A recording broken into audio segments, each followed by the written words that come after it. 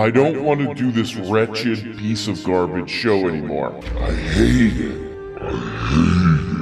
I am having trouble doing a show. Oh, wait, what day is it?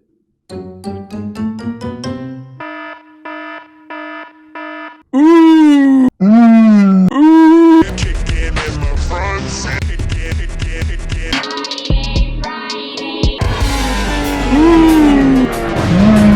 Okay, guys, you know what it do. We're back on our bullshit. We're doing a thing we love to do, which is what's going on in the news? We ask ourselves out loud. What's going on in the news, and how could I get the worst possible version of what's been going on in the news? That's right, goddamn you. We're looking at, what is this thing called? The Daily Pervert. Okay, so the rule for the left is there's a Peruvian general whose name was Oscar Benavides. He had Who? Here was his quote. "For my friends, everything. For my enemies, the law." Okay, that is the Democratic proposal on how we ought to run our country. For my friends, Okay.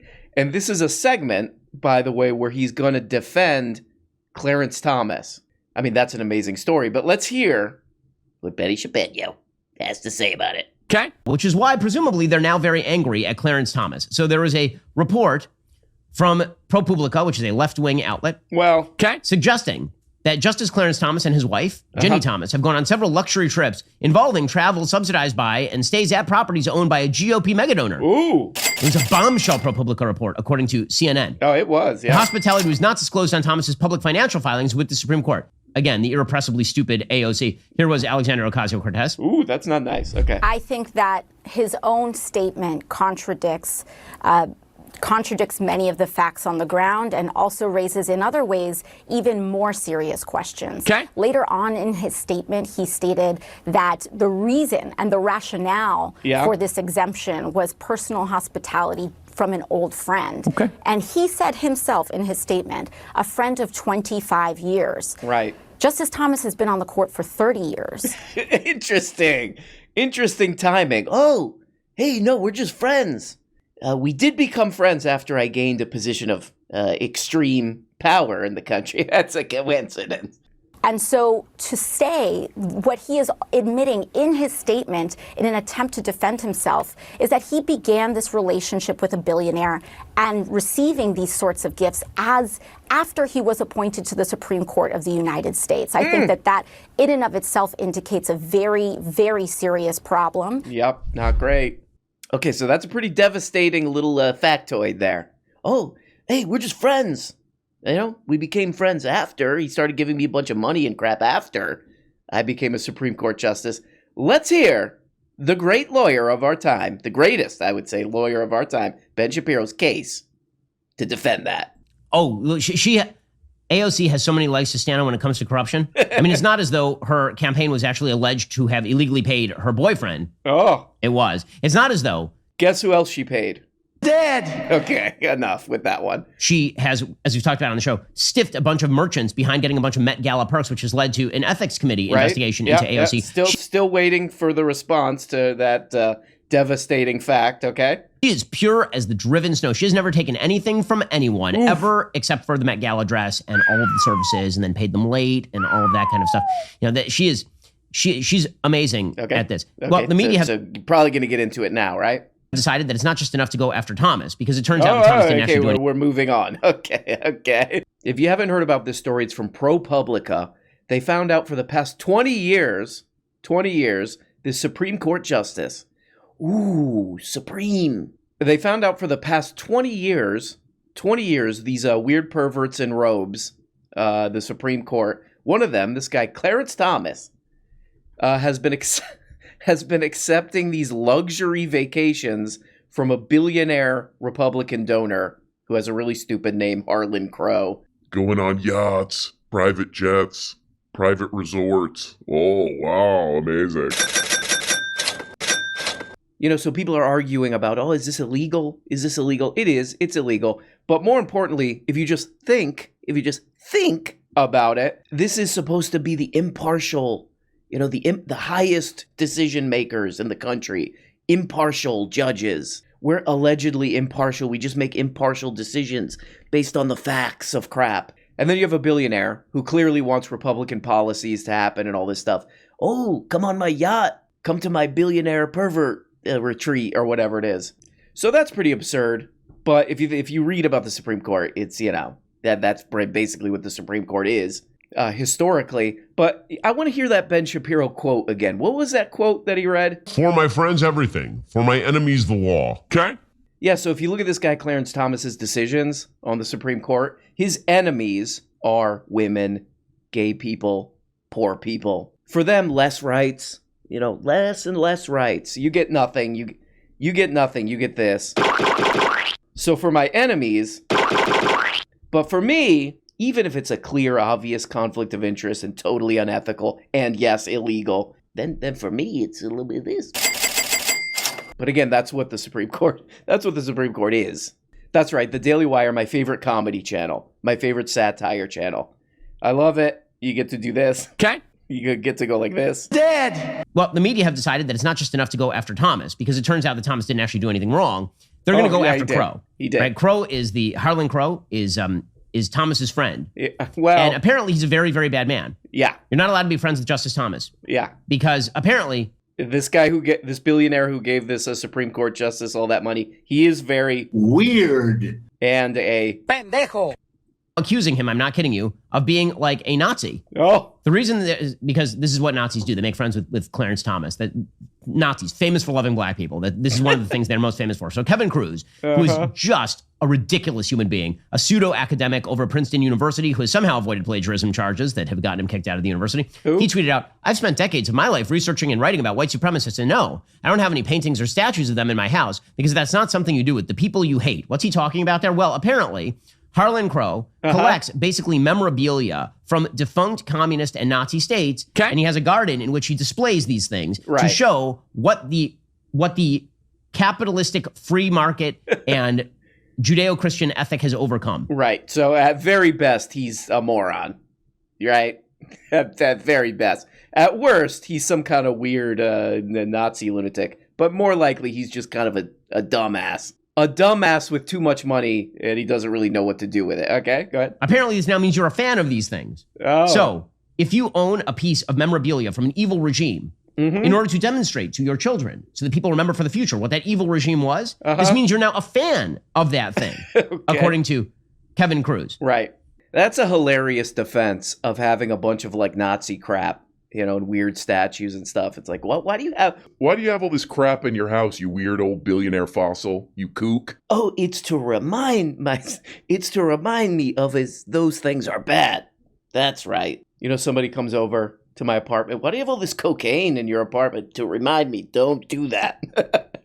When Republican megadonor Harlan Crow isn't lavishing Justice Thomas with free trips on his private plane and yacht, he lives a quiet life in Dallas among his historical collections. Right. These collections include Hitler artifacts, 2 of his paintings of European cityscapes, a signed copy of Mein Kampf, assorted Nazi memorabilia, plus a garden full of statues of the 20th century's worst despots. Right. Dead. He said that he's filled his property with these mementos because he hates communism and fascism. Okay.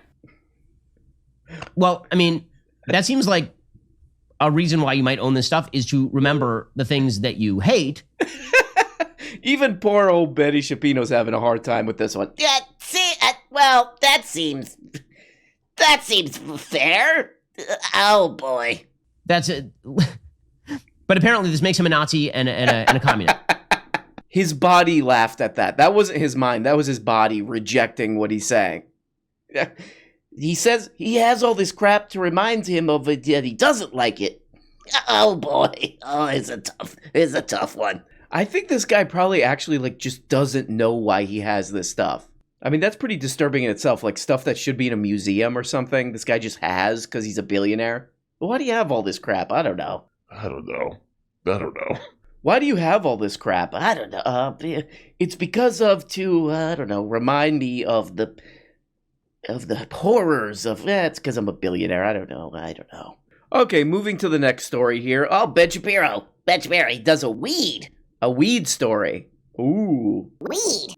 He does an amazing segment about weed legalization. Here we go. Check this out. When we speak of crime, You know, it is amazing that for literally decades, we have been told that marijuana was going to be just a normal part of American life. Ooh. And that it's completely non-addictive and that it has no real impact on people. Okay. And now we are starting to see that people are just now recognizing that people were lying for a very, very long time. According to the New York Times, which was a big proponent of the idea that weed was totally fine. Apparently, nearly 6% of all American teens and adults have cannabis use disorder. Oh, 6%? Oh, okay. Just shut it down. It's got people going like this. Shut it down. They're addicted to weed. Remember that time that people said that weed was non-addictive? Oh. Which always seemed a little sketch? Oh, yeah. And if you know anybody, in your circle of friends, there are certainly people who are addicted to weed. There's a huge percentage of people in this country, particularly young people, who are in fact addicted to weed. And if you're looking at why the underperformance of the millennials, it's not all of it, but part of it is definitely people who are addicted to weed and are underperforming in their lives because of that. Sure. According to the New York Times, despite the common misconception, people can become addicted to cannabis just as they can with other drugs like alcohol or cocaine. Whoa. As more states either decriminalize or legalize cannabis, more people are using it than ever before. Oh, God. According to the National Survey on Drug Use and Health, in 2021, approximately 19% of Americans 12 and older used cannabis. Oh, my God. Nearly 6% of teens and adults qualified as having cannabis use disorder. That would be the clinical name for addiction. For comparison, about 11% of Americans over the age of 11 are alcoholics. Whoops. Whoops on that one. You might want to read these articles first. That's too much work. Pull up an article. Hey, intern, pull me up an article, you son of a bitch, you. Let's get that again. Approximately 19% of Americans 12 and older used cannabis. Nearly 6% of teens and adults qualified as having cannabis use disorder. That would be the clinical name for addiction. For comparison, about 11% of Americans over the age of 11 are alcoholics. Oops. Look how addictive it is. About half as addictive as alcohol. Okay, let's check out what Candace Owens is up to. Maybe my favorite daily weirdo, Candace Candy Owens. Let's check out what her problem is. Is she doing this? Is she doing this? Dead. Let's check it out. We talk about TikTok often on this show. Okay. I do not have a TikTok account. I refuse to have a TikTok account. I will never have a TikTok account because it's burning brain cells. I'm telling you guys, it is burning brain cells. Get your children off TikTok. I say it often and I will keep saying it. Well, Candace Owens' vibe is off. The only context you ever hear this tone, the way she's talking, is, hey, can I grab you for a second? Okay, you're all fired. there is a makeup trend on TikTok. There is? Makeup artist who started this. Her name is Zoe Kim Keneally. Not saying she's not talented as a makeup artist. Okay. She might be all of those things. But she is now directing her content toward unstable girlies. Candy covering the hard-hitting issues. Where my unstable girlies at? Yeah, she wants to show you how you can do your makeup to look like you're crying. Where my unstable girlies at? Here she is on TikTok in this now viral clip. Just check it out. Take a listen. So this one is for the unstable girlies.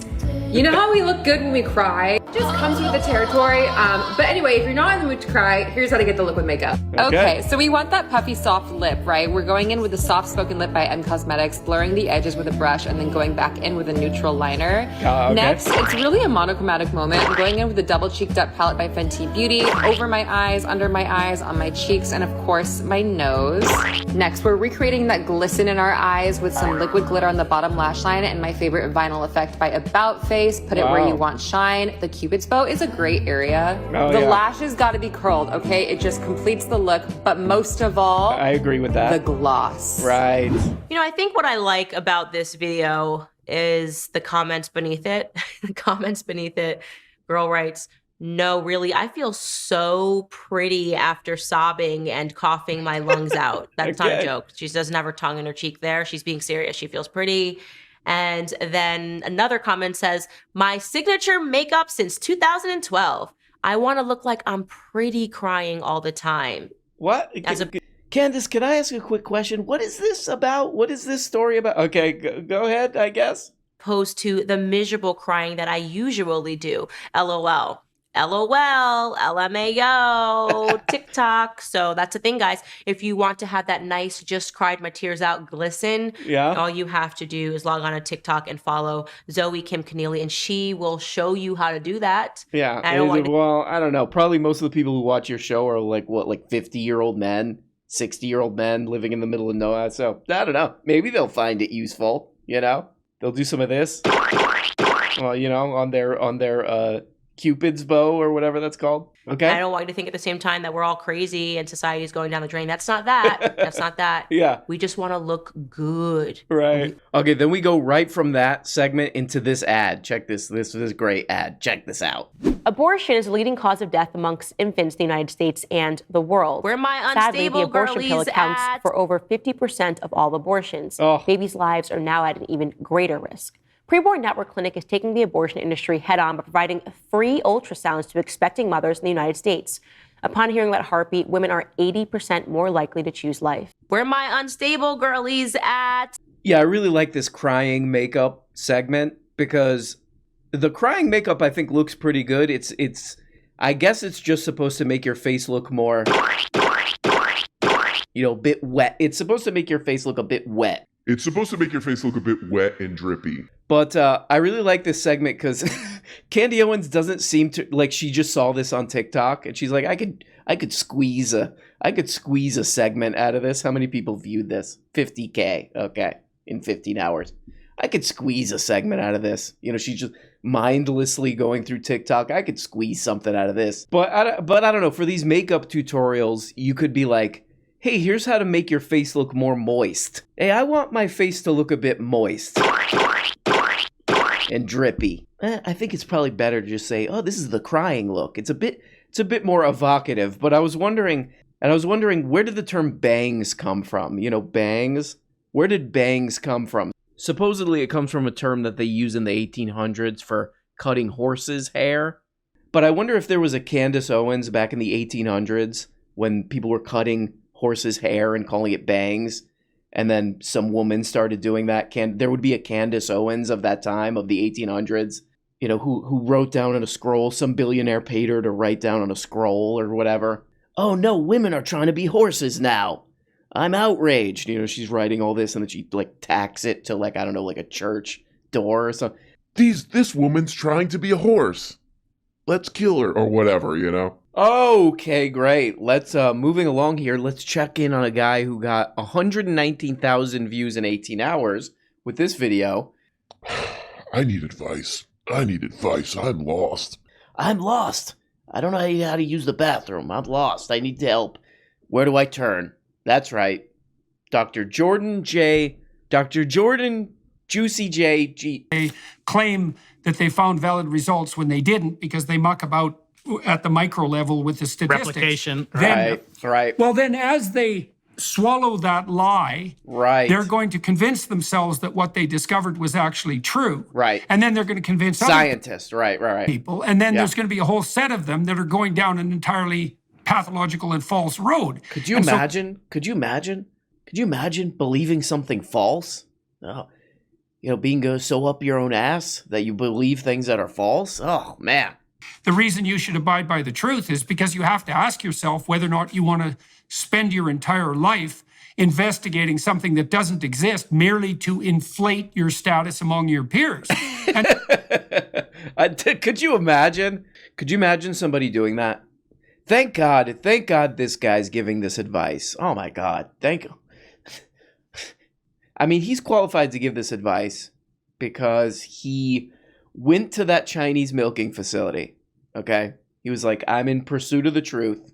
I need to pursue this. I need to pursue this video that I found, that some right-wing lunatic retweeted. I need to pursue this. So he went there, okay? Let's cut to the video of what he did there.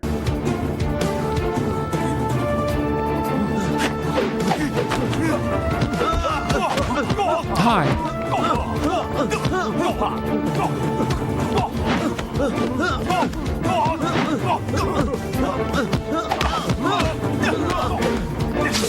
Dead. Oh, by the way, we got to check out Jordy Peterson's Twitter. He's got the best. He's the best Twitter user maybe ever in the history of mankind. He's the master of ats. Is there anywhere you won't stick your nose? Ah! This might be his biggest at of all time. At UN. At the UN? What is the UN tweeting here? Millions of tons of food are wasted every day. The majority of this food loss takes place in households. Here's what you can do to reduce your food waste. Oh, okay. Thank God he's got this.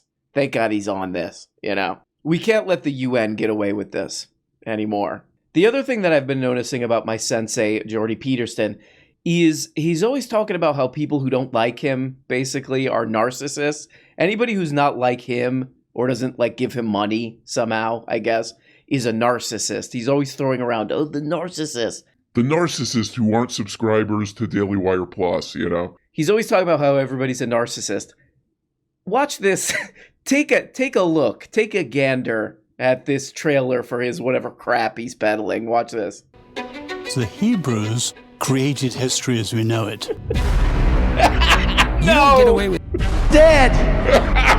You don't get away with anything. Come on. And so you might think you can bend the fabric of reality and that you can treat people instrumentally and that you can bow to the tyrant and violate your conscience without cost. You will pay the piper. It's going to call you out of that slavery into freedom, even if that pulls you into the desert. Oh man, how powerful. If somebody cut this trailer for me just babbling on about, well, in this case, literally Christ knows what, I would never be seen in public again. This is embarrassing. This is like high school level cringe stuff. Where my unstable girlies at? And we're going to see that there's something else going on here that is far more cosmic and deeper than what you can imagine. The highest ethical spirit to which we're beholden is presented precisely as that spirit that allies itself with the cause of... Get that drone louder! Get that drone noise! Get that Batman Begins noise louder! To emphasize my greatness, hello! Well, guys, speaking of Exodus, I gotta make one before I lose my mind listening to these kooks. It's time officially to do this, this, and this. Keep that little smug. Oh, I forgot one, and this. Where my unstable girlies at? Hope you guys have a fun weekend. Love you so much. Thanks for watching, and I will talk to you later. Bye-bye. Oh, hey, guys. Guess what? You're not even getting the whole show. If you want every episode and a whole bunch of other subscribe on Patreon. Subscribe on Patreon for as little as 2 bones. Just click the stupid little link below the video in the comments. See, right there. There you go. Click it, and that, yep.